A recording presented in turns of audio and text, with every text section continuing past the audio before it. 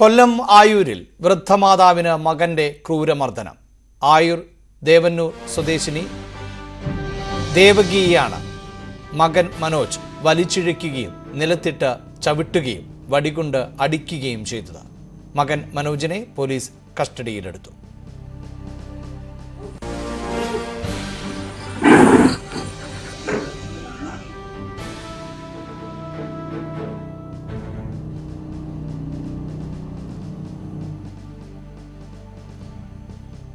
ഷാനോസ് ഡേവിഡാണ് വാർത്തയുടെ വിശദാംശങ്ങളുമായി ചേരുന്നത്. ഷാനോസ്, ഈ മർദ്ദിക്കുന്ന ദൃശ്യങ്ങൾ ഇപ്പോൾ പുറത്തു വന്നിട്ടുണ്ട്. ഇത് എന്ന് നടന്ന സംഭവമാണ് എന്നതിൽ വ്യക്തതയുണ്ടോ? അഭിലാഷേ, കഴിഞ്ഞ ദിവസം രാത്രിയോടെയാണ് ഈ മർദ്ദനം ഉണ്ടായി എന്നാണ് നമ്മൾ മനസ്സിലാക്കുന്നത്. കാരണം ഈ ദൃശ്യങ്ങൾ പോലീസിൽ എത്തിച്ചാണ് ഈ അമ്മയെ മർദ്ദിച്ച മകനെതിരെ പോലീസ് നടപടി സ്വീകരിക്കുന്നത്. കഴിഞ്ഞ ദിവസം രാത്രി ആണ് ഈ വൃദ്ധമാതാവായ ദേവകി മകൻ മനോജ് വിറക് കമ്പ് ഉപയോഗിച്ച് മാരകമായി ആക്രമിക്കുന്നത് എന്ന് നിലത്തിട്ട് വലിച്ചിഴയ്ക്കുന്നതടക്കം ദൃശ്യങ്ങളിൽ വ്യക്തമാണ്. മർദ്ദനത്തിൽ ദേവകിക്ക് ഈ അമ്മയ്ക്ക് ഗുരുതരമായ പരിക്കേറ്റു എന്നുള്ളതാണ് ഏറ്റവും പ്രധാനപ്പെട്ട കാര്യം. വാരിയിൽ നിന്നും കൈക്കും തലയ്ക്കും ക്ഷതമേറ്റിട്ടുണ്ട്. എന്നാലും നാട്ടുകാർ ഇവരെ ഈ വൃദ്ധമാതാവിനെ എത്രയും വേഗം ഹോസ്പിറ്റലിൽ എത്തിച്ചു എന്നുള്ളതാണ് മറ്റൊരു പ്രധാനപ്പെട്ട കാര്യം. അതായത് ഷാനോസ്, ഈ നാട്ടുകാർ എത്തിച്ചു എന്ന് പറയുമ്പോൾ ഈ വീട്ടിൽ ആരൊക്കെയാണ് ഉണ്ടായിരുന്നത്? മറ്റ് കുടുംബാംഗങ്ങൾ ഒന്നുമില്ലേ? ഇവിടെ ഈ വീട്ടിൽ അമ്മയും മകനും മാത്രമാണ് ഉള്ളത്.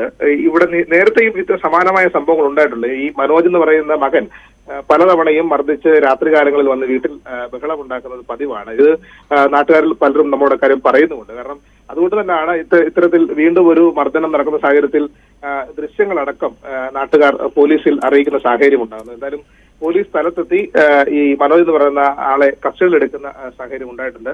ഈ മർദ്ദനത്തിന്റെ ദൃശ്യങ്ങളടക്കം ചൂണ്ടിക്കാട്ടിയാണ് നാട്ടുകാർ പോലീസിൽ പരാതി നൽകി. കാരണം നേരത്തെയും മനോജ് ഇത്തരത്തിൽ മാതാവിനെ മർദ്ദിക്കുന്ന കാര്യം പോലീസിനോട് നാട്ടുകാർ കൃത്യമായി പറഞ്ഞിരുന്നു. അതുകൊണ്ട് വധശ്രമം അടക്കമുള്ള കേസുകൾ ഇയാൾക്കെതിരെ ചുമത്തണമെന്നാണ് നാട്ടുകാർ പലരും ആവശ്യപ്പെടുന്നത്. സ്ഥിരമായി മദ്യപിച്ച് വന്ന് വീട്ടിൽ വഴക്കുണ്ടാക്കുന്നത് സ്ഥിരമായി ഈ മനോജിന്റെ ശീലമാണെന്നും നാട്ടുകാർ പറയുന്നുണ്ട്. എന്തായാലും ഈ വൃദ്ധമാതാവിന് ക്രൂരമായി മർദ്ദനമേറ്റു. തലയ്ക്കും ഒക്കെ തന്നെ പരിക്കേൽക്കുന്ന സാഹചര്യം ഉണ്ടായി.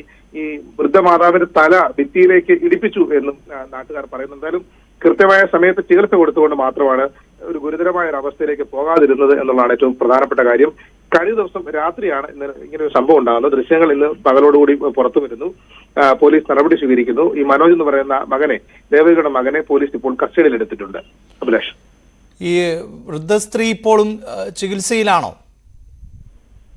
ആശുപത്രിയിൽ എത്തിച്ച് ചികിത്സ നൽകി എന്നുള്ളതാണ് അവസാനത്തെ വിവരം. കാരണം നാട്ടുകാർ കൂടിയാണ് ദേവകിയെ ആശുപത്രിയിൽ എത്തിച്ചത്. കൃത്യസമയത്ത് തന്നെ ആശുപത്രിയിൽ എത്തിച്ചതുകൊണ്ട് ചികിത്സ നൽകിയത് കൊണ്ടാണ് അവർ ആരോഗ്യസ്ഥിതി വീണ്ടെടുക്കാൻ കഴിഞ്ഞിട്ടുള്ളത്. ക്രൂരമായ മർദ്ദനം ഏറ്റിരുന്നു എന്നുള്ളതാണ് യാഥാർത്ഥ്യം. തല പിടിച്ച് ഭിത്തിയിലേക്ക് ഇടിക്കുന്ന സാഹചര്യം ഉണ്ടായി. എന്തായാലും ഹോസ്പിറ്റലിൽ പ്രവേശിപ്പിച്ചിട്ടുണ്ട് ഇപ്പോൾ.